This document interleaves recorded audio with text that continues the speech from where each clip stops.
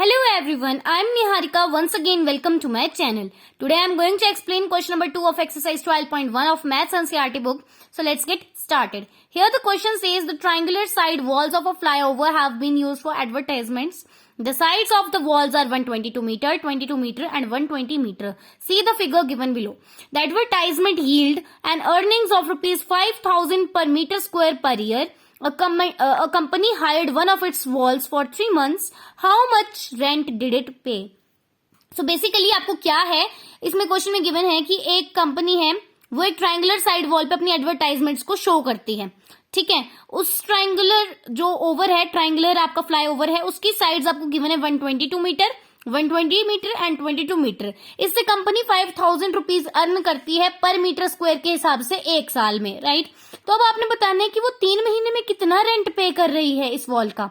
उसे रेंट भी तो पे करना पड़ेगा, तो 3 महीने का वो कितना रेंट पे कर रही है आपने वो फाइंड आउट करना है. तो उसके लिए तो आपको पहले इस ट्राइंगल का एरिया फाइंड आउट करना होगा यूजिंग हेरोन्स फॉर्मूला.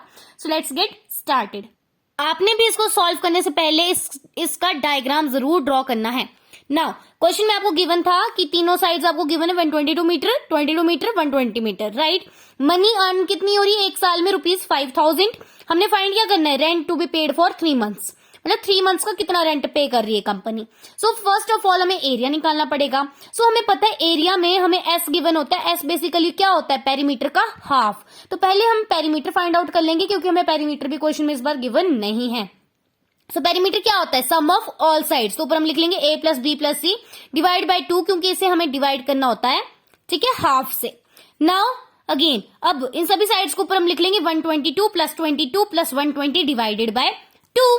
अब इन सबका सम कितना हो जाएगा? 264 डिवाइड बाय 2. 2 से जब हम 264 को डिवाइड करते हैं तो हमारे पास 132 आंसर आ जाता है. तो हमारे पास s की वैल्यू आ गई 132. नाउ अब हम एरिया ऑफ ट्राइंगल निकाल सकते हैं इजीली.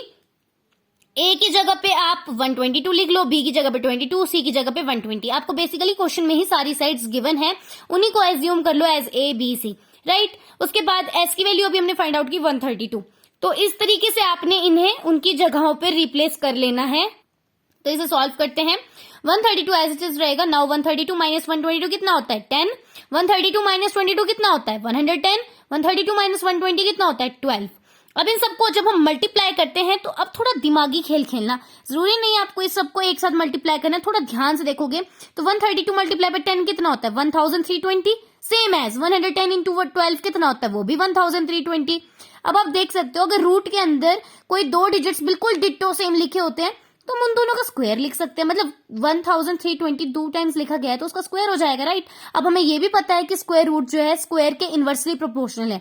तो रूट से स्क्वायर से कट गई तो हमारे पास जो आंसर आएगा वो आ जाएगा 1320 मीटर स्क्वायर. मीटर स्क्वायर क्यों लगा? क्योंकि हमें पता है ये एरिया के यूनिट्स होते हैं, राइट. नाउ अब जाते हैं हम सीधा क्वेश्चन पे फोकस करते हैं जो हमें कहा गया था रेंट पे करने वाली बात. तो रेंट कितना पे कर रहा है वो 3 मंथ्स में? तो उसके लिए हमें क्या लिखना होगा? पहले तो हमें क्वेश्चन में दिया गया है कि वो 5,000 अर्न कर रही है एक साल में. एक साल में कर रही है तो डिवाइड बाय 12 हो जाएगा क्योंकि एक साल में कितने मंथ होते हैं? 12. साथ में 5,000 अर्निंग कर रहा है. मतलब क्वेश्चन के हिसाब से देखो आपको लिखा था ना 5,000 पर मीटर स्क्वायर पर ईयर, तो इसी में लिख देंगे हम पर करके.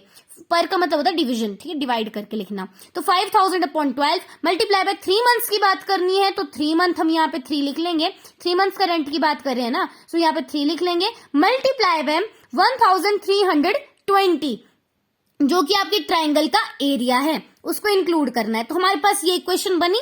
Now solve it. देखो 3 1 जा 3, 3 4 जा 12. नाउ 4 1 जा 4. 4 को जब हम 330 के साथ मल्टीप्लाई करते तो ही हमारे पास 1320 बनता है. अब हमारे पास बचता है 5,000 मल्टीप्लाई बाय 330.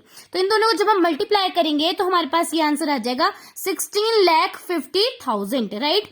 सो इसका आंसर यही हो जाएगा कि कंपनी 3 मंथ्स में कितना रेंट पे कर रही है, तो rupees 16,50,000, right. So this was the solution for the second question of this exercise. If you like my videos, please subscribe my channel. Till then, bye bye.